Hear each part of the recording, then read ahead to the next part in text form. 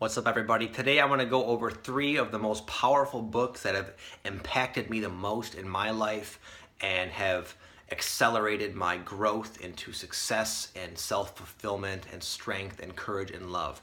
Okay? I'm in the process of creating a YouTube page, and depending on when you see this, I may or may not have a lot of following right now. And the way to get a YouTube following is to create videos based on what people are searching for a lot. Well, you know what? Sometimes that gets old. Even though I'm able to create valuable content around that, sometimes I like to just express myself more freely. And I know the people who are going to resonate with what I'm talking about on my page I really believe will get great value out of these books because they are powerful and life-changing, okay? And this leads me to one more thing I want to mention before I actually get into the books, which is The Power of Now by Eckhart Tolle, Robert Greene, Mastery, and then Napoleon Hill's Outwitting the Devil. Okay, fucking awesome books, man. Okay, but reading, particularly books like that, books that make you more self-empowered, more intelligent, wiser, broaden your perspective, the daily habit of reading such materials is a key component to almost any highly impressive and successful human being you will find. You show me a rich man, a billionaire, and he's a fucking reader. He probably reads more than you read in a year, in a couple of days. This one guy I follow, Lopez, he's a multi-millionaire, real intelligent investor. He reads a book a day. I know that sounds like bullshit. Who can read a book a day? This guy somehow pulls it off. Maybe he skims through at points, and it's evident in how he talks. He's got such depth and wisdom about him. I watch his videos and I get so much out of them because he's constantly referencing things that really wise, famous people said that have perfect placement into what he's talking about. Check it out. He talks all about books, man. But he's better at talking about books than I am. But anyway, please hook me. Let me go over this with you. So Napoleon Hill, Outwitting the Devil. This is a book that Napoleon Hill is a famous author of the book Think and Grow Rich. It's one of the most best-selling, success-oriented books of all time, and he's a very, very well-known author. There's like the Napoleon Hill, what is it called? The organization. There's all sorts of systems and organizations and movements that have stemmed just from that one book, Think and Grow Rich. Well, he had this experience outwitting the devil, and he had an experience where. And it's never even quite clearly said in the book whether it's an actual experience or he just used it as a metaphor, but he essentially was able to communicate with like the embodiment of the idea of the devil, the darkness, the negative ion, the night, of existence. We're in a dualistic existence. There's light, there's darkness, there's up and down, good and bad. He got to talk to like the essence of the darkness. And this sounds kind of wishy-washy, I know, but the book is so powerful that you will not even care whether it happened or not because it's so profound what this guy goes into. And essentially, this darkness, the devil as he calls it, reveals to him how he entraps people. All the different little hang-ups that human beings as a whole, as a species, naturally get kind of like sucked off their path. And he goes into the details about that. And this was such an important book to him and such a powerful message. But Napoleon Hill at the time, it was like the early 1900s, he feared for his reputation. He was a very well-known man at the time, and he had his family. He didn't want his whole family to be shunned and looked upon like a bunch of wackos.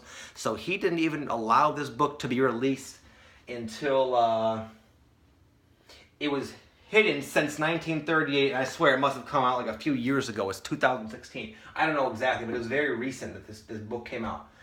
And I cannot recommend it enough. It is so powerful, so enlightening. It gives you such insight into not only how people get sucked off their path, but how the really successful people, the key components of massive success. And some of them include learning to tap in and trust their intuition. Napoleon Hill called it his other self. But it's essentially learning to follow your gut instinct and to trust that as a higher authority than just your mind's, the pale rational mind that most people listen to, because a lot of times that gut intuition will lead you in directions that make very little logical sense. But in doing so, because this gut feeling, this other self, as Napoleon Hill refers to it, it is wiser. It can view your life from a higher vantage point. Therefore, it can see from the mountaintop and not from the valley. And it can anticipate things better than way better than your mind can, who can only see what's right here. And it gets into that, and it's very motivating, it's very enlightening, and anyone who's on a path of self-discovery, self-mastery, entrepreneurship, trying to work on their body, trying to get over addictions, whatever, a path of self-empowerment will resonate strongly with that book. I could not recommend it enough. I'm going to leave a link down below where you can just click and check it out on Amazon for a good deal. Okay? I'm going to get a cup of water. Secondly, Robert Greene and Mastery. Oh my God. I'm a big fan of the YouTube celebrity and channel, Elliot Hulse, and he is always referencing the book Mastery, and now I know why. I've read it multiple times. I have the audiobook. In fact, I was just listening to it today, which kind of sparked my interest or my inspiration to share about it. And it basically just goes over a lot of like Charles Darwin, a lot of different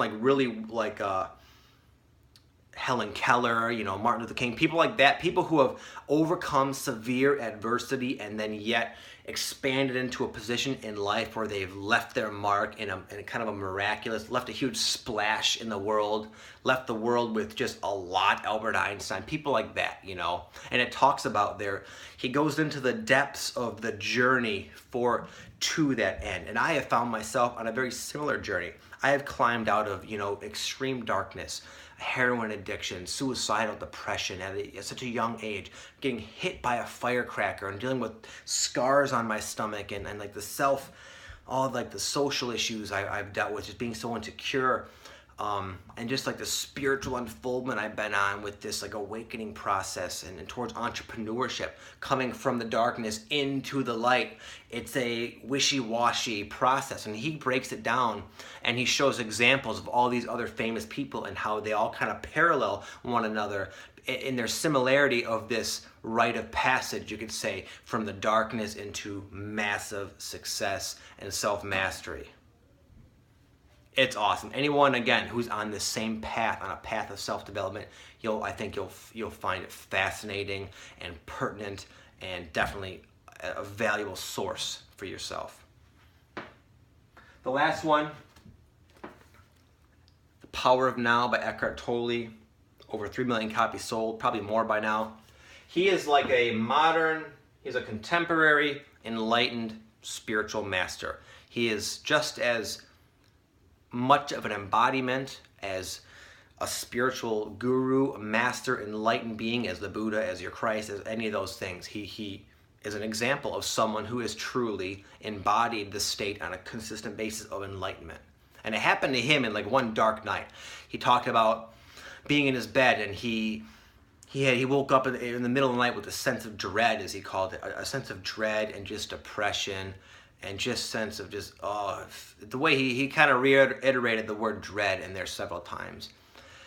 And he was like suicidal too. He didn't want to go on. And he got that thought in his head that says, I cannot live with myself anymore.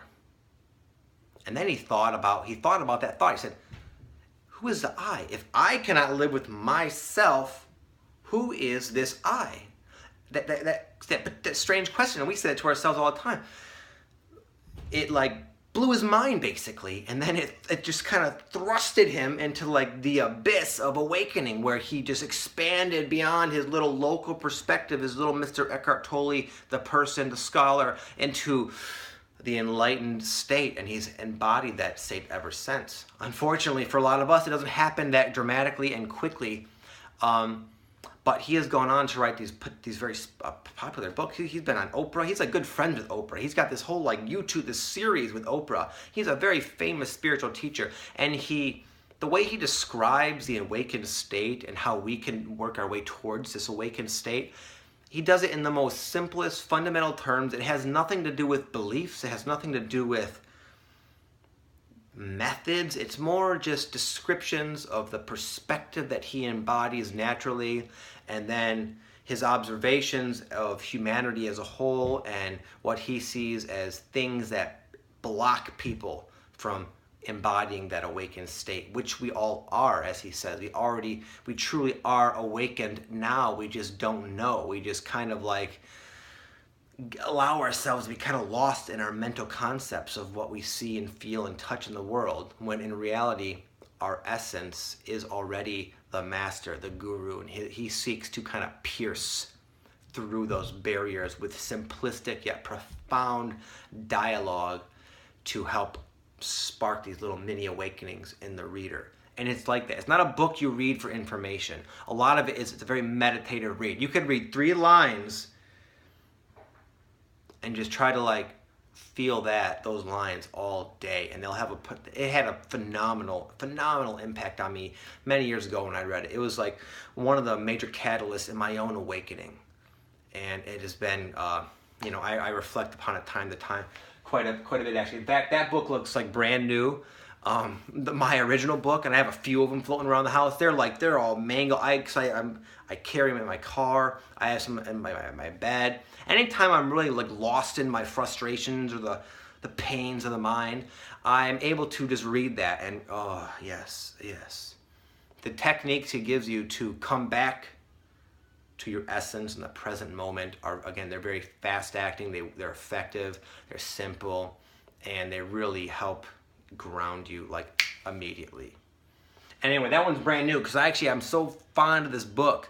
At one point I owned a personal training gym, and I bought like 10 of these books one year for Christmas off Amazon, and I just kept them to kind of give them out to people who I thought were like perhaps ready for it. And not some people aren't going to resonate with this. There's a lot of people who are not ready for what that talks about, and what, more importantly, the process that provokes within you. There are people who are just it's just not gonna be for them. They're not ready to enlighten themselves, and there's nothing wrong with that. We're all on our own path. Even people who are all fucked up that we label as bad people, they have their own path, and I accept that personally. Okay. Anyway, man, those are some of my 3 top books. They've had a phenomenal impact on me. And not just me, other people who are like me, people who have taken themselves out of darkness and emerged into light, successful entrepreneurs, people who are in really good shape, coaches, that sort of thing, people who are, guided to inspire and to uplift people. I bet they've read every single one of those books, maybe multiple times, okay? Many of them anyway. So if you guys have any comments or any other books that you've read that you feel you want to share about, please leave in the comment section. We'll have a discussion. I want to help build a community of people who are on the path of self-empowerment and self-development, okay? These are my favorite books. They're not the only good books out there. You let me know what you guys like. Let me know if you like videos about these reviews I'm giving, and I'll continue to give them. So I read a lot. That's one of the things I preach, is develop the habit of reading daily. Books that will inspire and enlighten and enrich your life. Not just fucking the TV Guide or some bullshit People magazine, okay? Real reading, okay? The world is filled with masters, and you could have the experience of almost having been able to talk to them in these like $5, $10 books you can get off Amazon all day, okay? You can encapsulate the essence of their whole life's work in a few hundred pages, and it's a pretty phenomenal thing when you look at it that way. So I will close, guys. I hope you enjoyed this. I will talk to you later. Peace.